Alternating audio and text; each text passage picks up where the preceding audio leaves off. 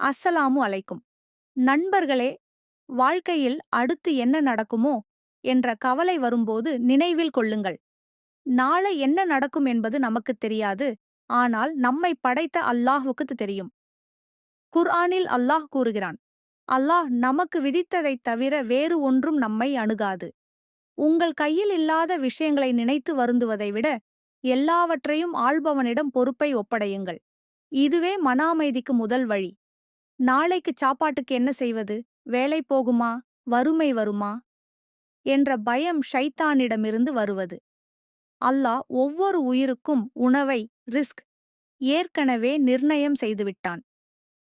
ஒரு பறவை காலையில் வெறும் வயிற்றுடன் கூட்டை விட்டு பறந்து மாலையில் வயிறு நிரம்பித் திரும்புவதைப் போல அல்லாஹ் நமக்கும் வழிவகை செய்வான். இன்றைய நாளை சரியாக பயன்படுத்துங்கள். நாளையைப் பற்றிய கவலையில் இன்றைய நாளை வீணாக்குவது அறிவீனம். நேற்று என்பது முடிந்து போனது, அதை மாற்ற முடியாது. நாளை என்பது இன்னும் வரவில்லை, அது நம் கையில் இல்லை. இன்று மட்டுமே நம்மிடம் உள்ளது. இன்று இறைவனுக்குப் பயந்து நேர்மையாக உழைத்தால் நாளை என்பது தானாகவே சிறப்பாக அமையும். நிலையற்ற இந்த உலக வாழ்க்கையை நினைத்து கவலைப்படுவதை விட்டு நிலையான மறுமையை சீர் செய்ய நல்ல அமல்களைச் செய்யுங்கள். இறைவா, கவலையிலிருந்தும் பயத்திலிருந்தும் உன்னிடம் பாதுகாப்பு தேடுகிறேன் என்று தினமும் கேளுங்கள். ஆமீன்.